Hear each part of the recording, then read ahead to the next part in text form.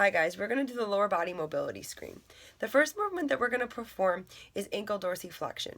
So we're going to take a ruler to an upright or box, okay, and we are going to put the guy's big toe on 5.5 inches and the lady's big toe on 4.5 inches. Keeping the heel down, we're going to drive the knee towards the wall. If your knee can make full contact at this distance, your range of motion is considered full, keeping your heel down. If you're not able to do that, and there's any deviation from that, it's considered limited. This test can show us the difference between ankle mobility from side to side, and it can also show us where the tightness is occurring in the ankle. So are we having an issue that's musculotendinous or more ligamentous and bony? So that is the ankle dorsiflexion. The next test we're going to do is standing lumbopelvic reach, or reaching towards your toes. A full range of motion is legs locked out and contact with the floor.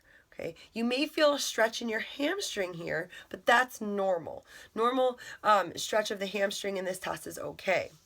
If we are not able to touch the floor, or we have any pain that's mid-calf, it is considered a limited test. Okay, this is going to allow us to see where we're having the dysfunction. Is it occurring in our hamstrings? Is it occurring in our glute region by your superior gemellus? Is our sciatic nerve? Are we having nerve tension? That's what we're going to be able to define and see from this test. Okay. The next test we're going to do is kneeling heels to butt. That you're going to be on your knees. You're going to be upright with your hips extended. Your two big toes are going to touch, and you're going to drop your butt to your heels. Making full contact is considered a full range of motion.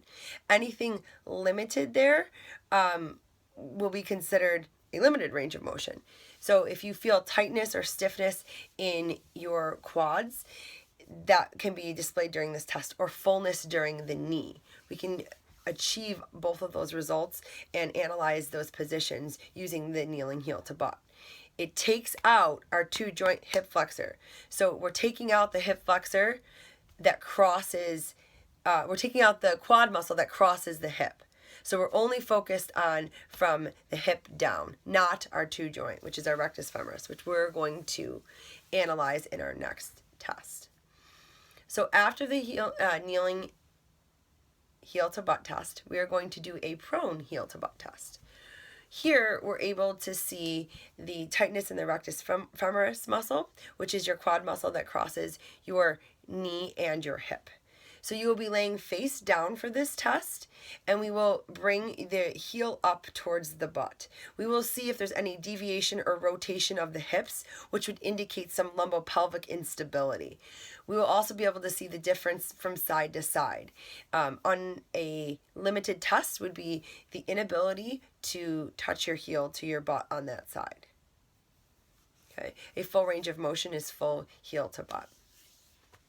The next test that we are going to perform is hip flexion. So we are going to you are going to lay flat on your back, and you're going to bring your hip out to the side. You should be able to make thigh contact with your ribs without feeling any kind of pinching pain. Okay, we can kind of follow the natural groove of the hip and make sure that it's a comfortable position. Okay, you can try 3 degrees on each side if you would like, just to make sure that you're not having any pinching pain.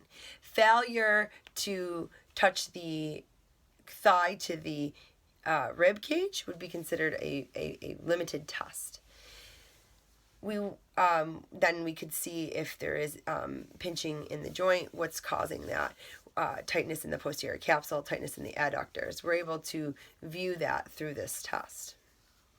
The last test that we're going to perform is hip extension. You guys are going to be in a kneeling position. The tape measure will be placed underneath your knee, and you will drive your anterior superior iliac, so that bony part of your hip, you will drive that forward. That should be able to drive 10 inches in front of your knee. If not, and having low back pain, that could indicate some psoas tightness on that side, as well as if it is limited, it could be some anterior quad tightness or some anterior capsule tightness in the leg. So that is our assessment for the lower body.